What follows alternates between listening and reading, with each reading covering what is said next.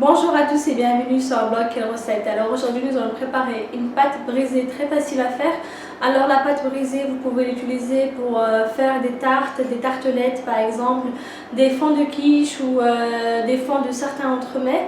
Alors la recette est vraiment très facile à faire. Nous allons d'abord voir les ingrédients, ensuite je passe à la préparation. La préparation de la pâte brisée, alors il ne faut pas beaucoup d'ingrédients, il faut du sel, de l'eau, de la farine, du sucre et du beurre. Il faut que le beurre ne soit pas mou, c'est très important, il faut qu'il soit bien dur. Ensuite, maintenant on va passer à la préparation, c'est vraiment très simple et assez rapide à faire. Alors je vais commencer par tamiser la farine, bien sûr vous pouvez très bien préparer la pâte brisée dans un saladier par exemple, ou vous pouvez très bien le faire au robot aussi. Moi je vais la préparer sur mon plan de travail. Alors là j'ai environ 250 g de farine. C'est très important de bien tamiser la farine dans un tamis. Voilà, maintenant je vais faire juste un petit fond au centre, comme ça. Voilà. Alors je vais mettre le sucre, un peu de sel. Le sel permet de donner un goût à la pâte. Voilà.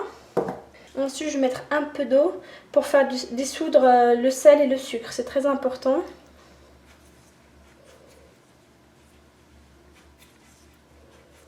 Et maintenant je vais le laisser dissoudre un petit moment. Et en même temps je vais commencer par couper le beurre en petits dés.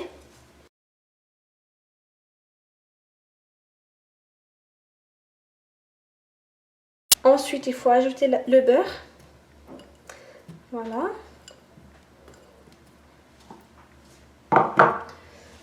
Ensuite il faut sabler du bout des doigts pour obtenir un mélange sableux. Comme ça.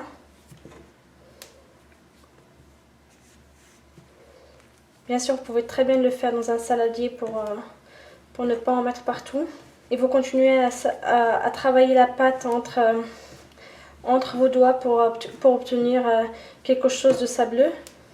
Bien sûr, il ne faut pas trop travailler la pâte parce que sinon après le beurre il va fondre. À force de la travailler, votre pâte elle ne sera pas du tout, ça sera pas du tout une pâte brisée.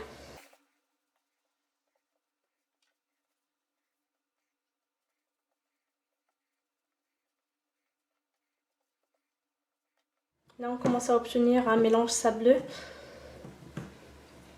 La pâte brisée, je préfère toujours la faire à la main parce que je trouve que c'est beaucoup...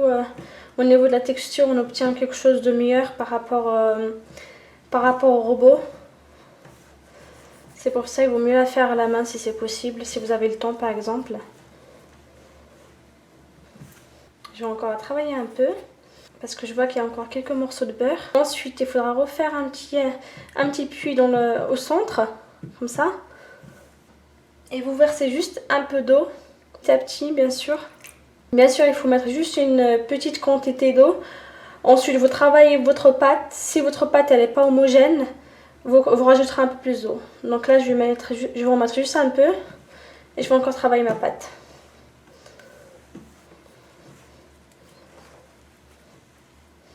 Pour la quantité d'eau, bien sûr, c'est selon la farine que vous choisissez, le beurre, etc. C'est pour ça que je ne vais pas vous donner une quantité, je vais vous donner juste une quantité approximative. Mais sinon, après, c'est à vous de voir, c'est selon votre farine, etc. Alors là, maintenant, je vais travailler ma pâte.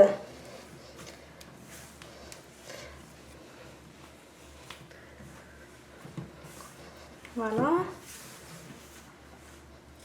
Ensuite, avec la paume de votre main, il faut fraiser la pâte, comme ça, en poussant. Donc je recommence, avec la paume de votre main, il faut appuyer comme ça et vous poussez, etc.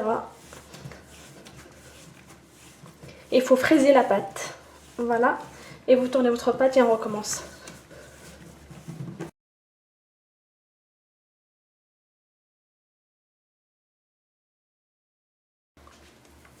Voilà.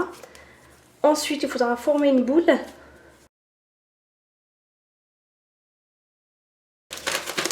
Ensuite, il faut mettre la pâte dans un sachet alimentaire. Voilà. et ensuite au frigo pendant au moins une demi-heure. Le fait de la mettre au frigo ça va permettre plus facilement de l'étaler sur le plan de travail et elle ne va pas se casser à chaque fois. Ensuite, sur un plan de travail fariné, il faut étaler la pâte.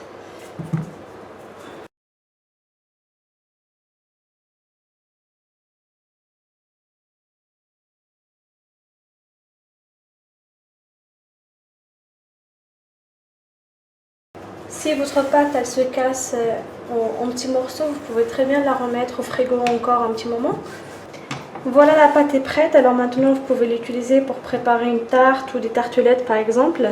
Voilà, vous pouvez retrouver tous les ingrédients sur mon blog. Alors l'adresse du blog c'est quel-du6recettes.com ainsi que les étapes sur ma chaîne YouTube. N'hésitez pas à vous abonner pour plus de recettes. À très bientôt. Ciao.